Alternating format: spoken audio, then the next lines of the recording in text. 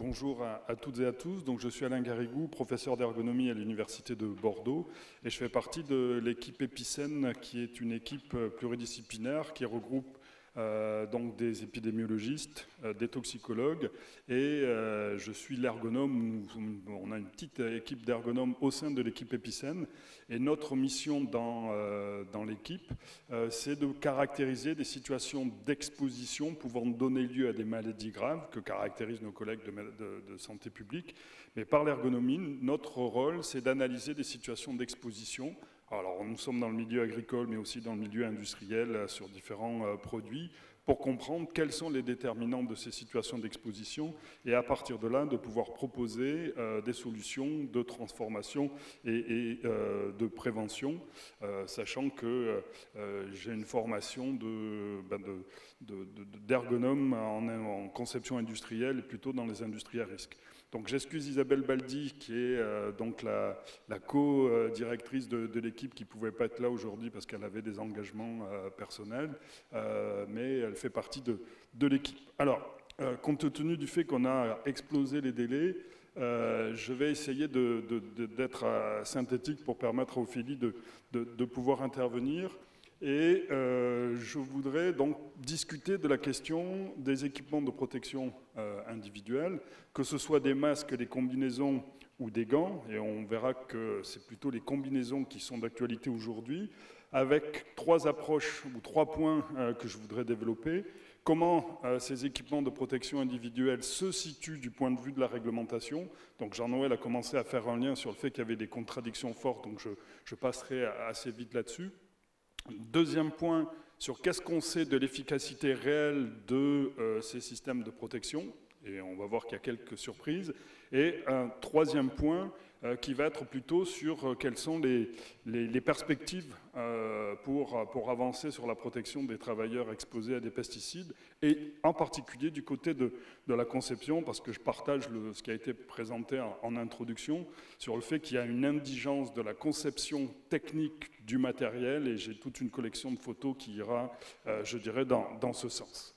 Alors, pour juste rappeler les principes généraux de prévention du Code du travail, qui sont issus d'une directive européenne de 89, transcrite dans le droit français en 91, il y a 9 principes généraux de prévention, et vous voyez que l'avant-dernier concerne la question des protections, avec une priorité de protection collective par rapport à des protections individuelles.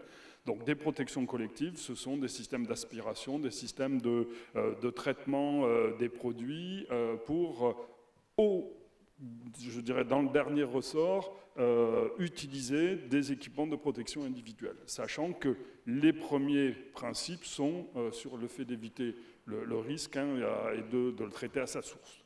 Alors, si on essaie de confronter cette règle du droit du travail avec ce qu'on va retrouver sur la problématique des pesticides, on va se rendre compte que dans la phase d'instruction des dossiers d'autorisation de mise sur le marché, ce qu'on appelle le pré-marketing dans le jargon, je dirais, de la réglementation européenne sur les pesticides, on va se rendre compte que les EPI vont jouer un rôle essentiel. C'est-à-dire que si vous prenez par exemple dans les AMM des textes publiés par l'ANSES, vous allez vous rendre compte que les produits sont autorisés à mettre sur le marché, sur la mise sur le marché, à condition qu'il y ait un port d'équipements de protection individuelle qui pendant très longtemps n'a pas été décrit et qui, dans un certain nombre de cas, n'existait pas, on pourra discuter là-dessus, et qui s'est précisé ces dernières années.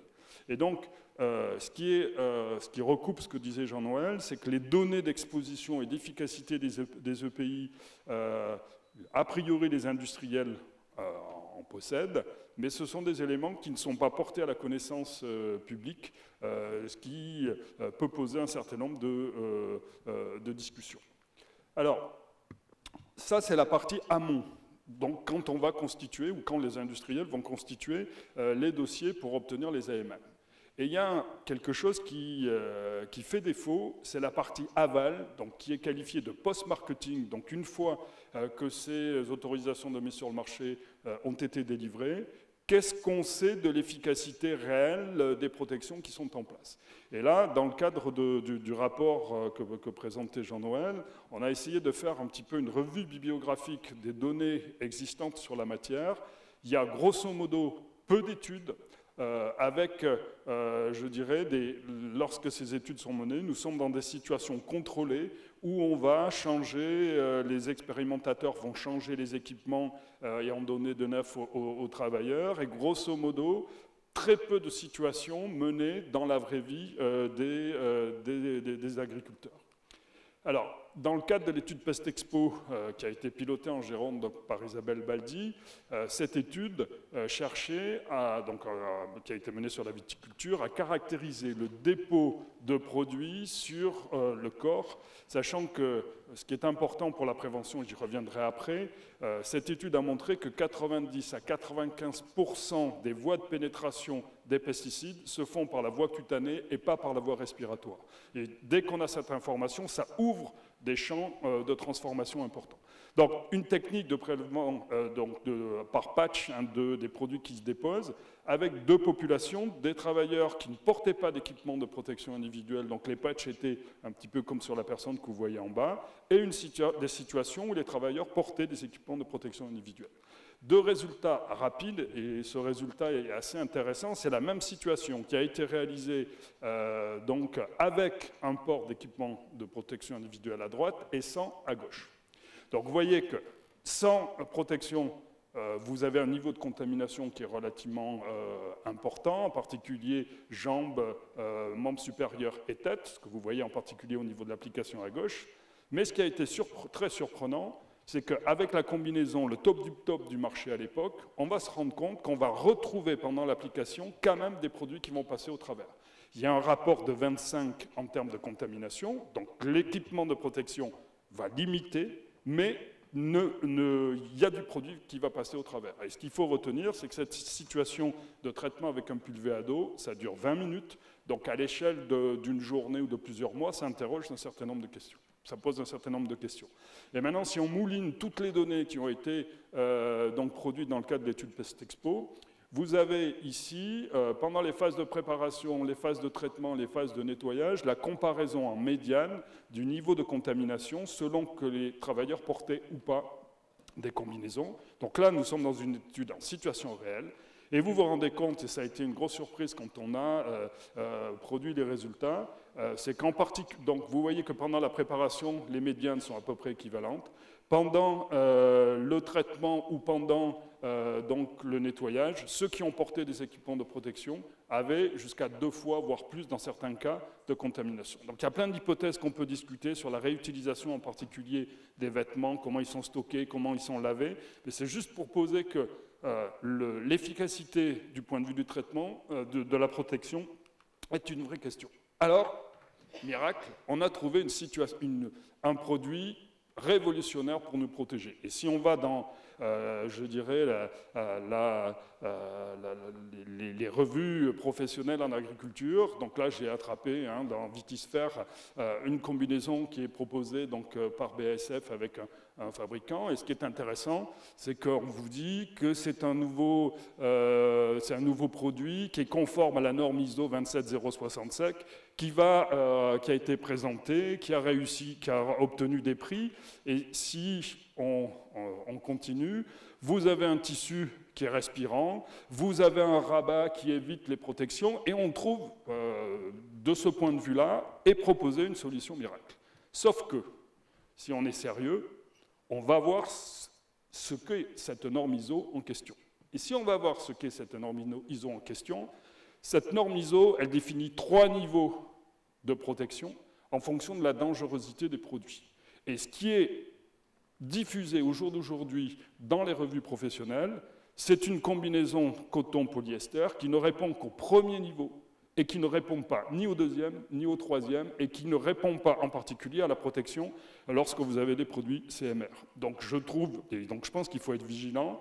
Il y a une campagne de publicité autour de cet objet qui aujourd'hui est pour moi une arnaque vraiment scientifique, parce que ce n'est pas moi qui ai inventé la norme, vous allez vous plonger dans la norme et vous allez vous rendre compte que le produit qui est proposée comme la solution miracle, il n'y a aucune référence qui n'est faite donc à ces 3 niveaux.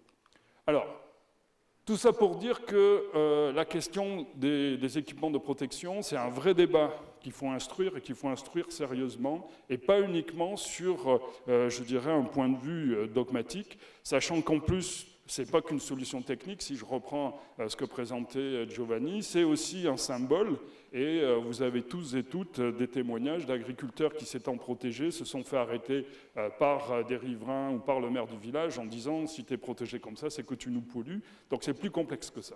Alors, maintenant je voudrais aborder le 3e point sur qu'est-ce qu'on a appris des situations de contamination et qu'est-ce que ça ouvre en termes de transformation. Premier point, c'est la distinction importante entre la contamination directe, au moment où on va manipuler le produit, et la contamination indirecte, qui va se faire à chaque occasion où on va être en contact avec du matériel préalablement souillé par le produit.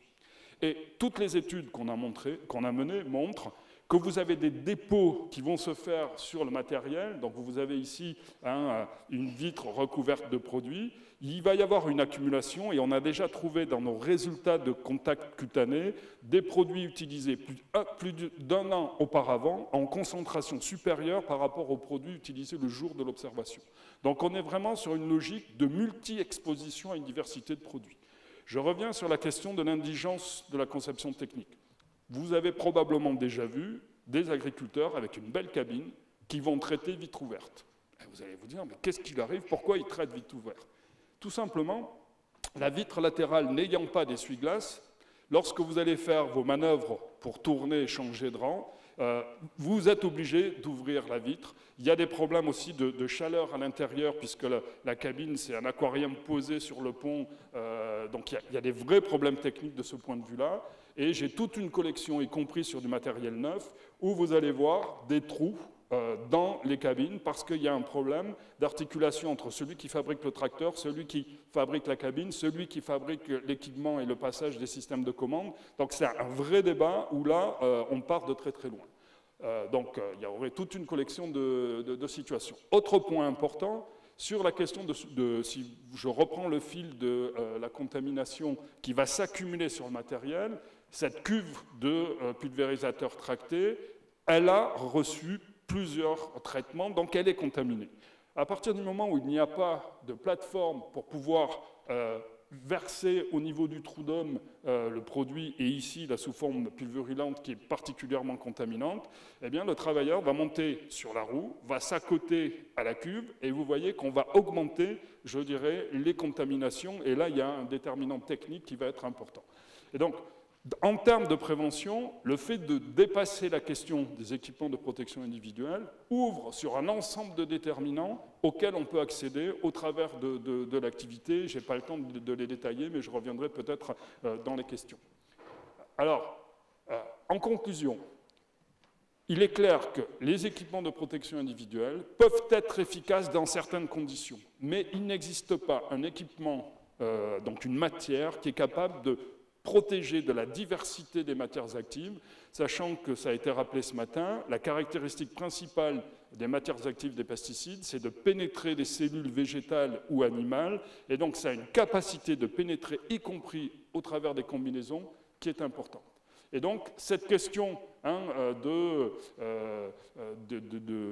dépasser les EPI, de s'intéresser en particulier à la diversité des produits, donc au cocktail de pesticides, c'est quelque chose qui est essentiel. Et il manque aujourd'hui des études qui permettent d'évaluer en grandeur réelle les apports de ces situations. Autre point qui est important, se protéger, il faut le comprendre comme une activité spécifique qui n'est pas évidente. Vous avez utilisé des gants pour ouvrir un bidon et ces gants se sont contaminés. Où est-ce que vous allez les mettre? Où est-ce que vous allez les poser? Si votre vêtement est contaminé et que vous rentrez dans la cabine, vous allez contaminer l'intérieur du tracteur et chaque fois qu'on fait des frottis de surface des systèmes de commande ou des sièges, on trouve des niveaux de contamination importants. Et en plus, la question des vêtements, c'est un dispositif qui va faire migrer la contamination, y compris du côté de la sphère familiale, puisque dans le milieu de l'agriculture, la sphère professionnelle et familiale sont très imbriquées. Alors, juste voilà, juste un point que je voulais quand même souligner. Pendant longtemps, les agriculteurs ont été la cible de la prévention, comme si c'était des tribus, je dirais, qui résistaient à un certain nombre d'apports du progrès, avec une logique d'évangélisation quelque part des agriculteurs. L'enjeu de la prévention, c'est de dépasser cela et de les rendre acteurs vraiment de leur propre prévention. Et ça ne peut fonctionner que si on s'intéresse aux travailleurs, mais aussi dans une logique plus globale, dans les interactions avec la famille. Et Ecofito et la région soutiennent un projet de recherche qu'on pilote en ce sens-là. Et vous retrouverez dans la dernière diapo les recommandations issues du rapport ANSES dont parlait Jean-Noël. Merci.